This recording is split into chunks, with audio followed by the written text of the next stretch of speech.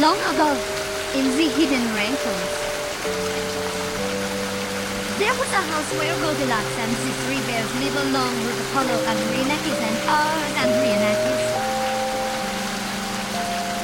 They are the bravest heroes who fight the evil forces of Twisted Bowser, a demonic, robotic god clone of Bowser from Super Mario who controls the universe.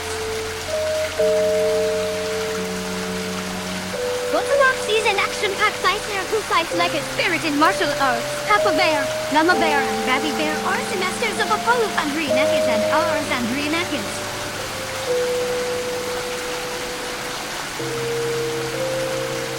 Papa Bear uses the element of fire and a Dragon Slayer sword. Mama Bear the element of water and a Dragon Slayer sword. Baby Bear uses the element of earth and a Dragon Slayer sword. Apollo and Reenactors uses the element of dark and a Dragon Slayer sword. Ars and Reenactors uses the element of air and a Dragon Slayer sword.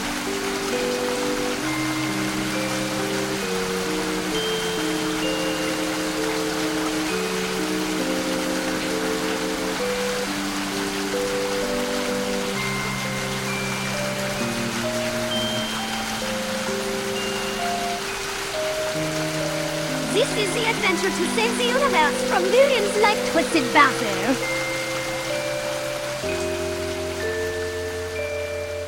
This is Goldilocks and the 5 Dragon Slayers. This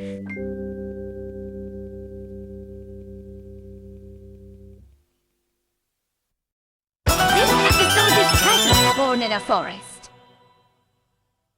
Once upon a time there were 3 bears, who lived together in a house of their own, in the wood. One of them was a little wee bear, and one was a middle-sized bear, and the other was a great big bear. They had each a bowl for their porridge, a little bowl for the little wee bear, and a middle-sized bowl for the middle-sized bear, and a great bowl for the great big bear, and they had each a chair to sit in, a little chair for the little wee bear, and a middle-sized chair for the middle-sized bear, and a great chair for the great big bear, and they had each a bed to sleep in, a little bed for the little wee bear, and a middle-sized bed for the middle-sized bear, and a great bed for the great big bear.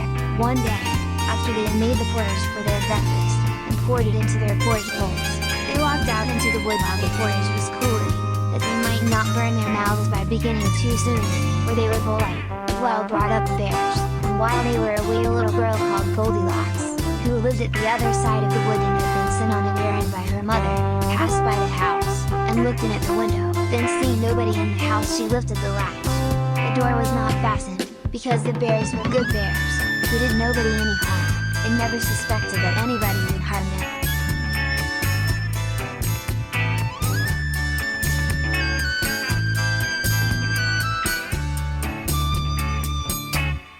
So Goldilocks opened the door and went in, and well pleased was she when she saw the porridge on the table.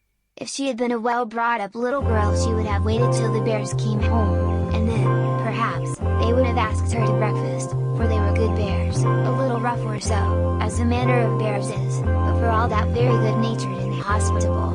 But she was an impudent, rude little girl, and so she set about helping herself. First she tasted the porridge of the great big bear, and that was too hot for her. Next she tasted the porridge of the middle-sized bear, but that was too cold for her. And then she went to the porridge of the little wee bear, and tasted it, and that was neither too hot nor too cold, but just right, and she liked it so well that she ate it all up, every bit. Then Goldilocks, who was tired, for she had been catching butterflies instead of running on her errand, sat down in the chair of the great big bear, but that was too hard for her. And then she sat down in the chair of the middle-sized bear, and that was too soft for her. But when she sat down in the chair of the little wee bear, that was neither too hard nor too soft, but just right, so she seated herself in it, and there she sat till the bottom of the chair came out, and down she came, plump upon the ground, and that made her very cross, for she was a bad-tempered little girl. Now, being determined to rest, Goldilocks went upstairs into the bedchamber in which the 3 bears slept.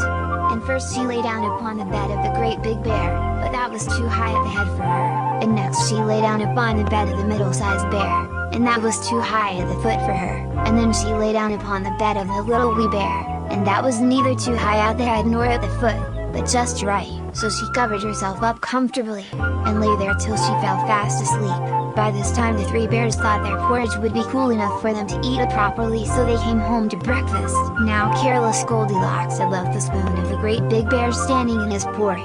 Somebody has been in my porridge, said the great big bear in his great, rough, gruff voice. Then the middle-sized bear looked at his porridge and saw the spoon was standing in it too. Somebody has been at my porridge, said the middle-sized bear in his middle-sized voice.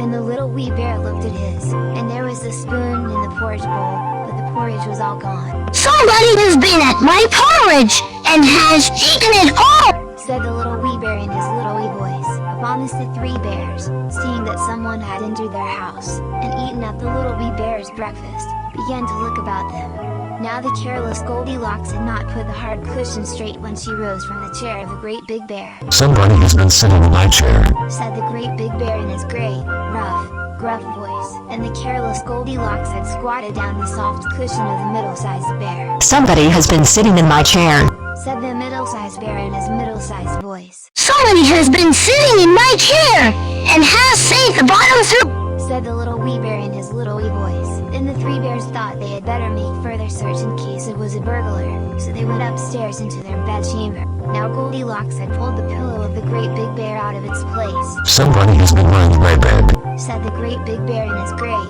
rough, gruff voice. And Goldilocks had pulled the bolster of the middle-sized bear out of its place. somebody has been lying in my bed, said the middle-sized bear in his middle-sized voice. But when the little wee bear came to look at his bed, there was the bolster in its place, and the pillow was in its place upon the bolster. And upon the pillow, there was Goldilocks' yellow head, which was not in its place, for she had no business there. somebody has been lying in my bed and here she is still, said the little wee bear in his little wee voice. Now Goldilocks had heard in her sleep the great, rough, gruff voice of the great big bear, but she was so fast asleep that it was no more to her than the roaring of wind, or the rumbling of thunder. And she had heard the middle-sized voice of the middle-sized bear, but it was only as if she had heard someone speaking in a dream.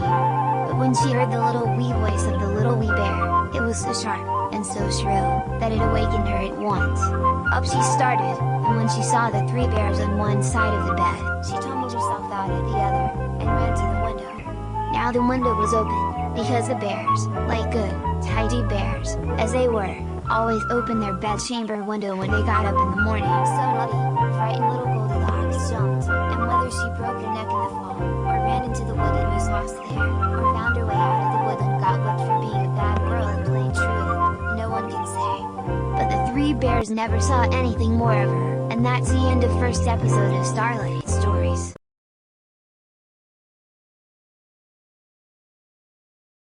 Goldilocks, how was playing Goldilocks and the Three Bears? it was good. Well, that is good to hear.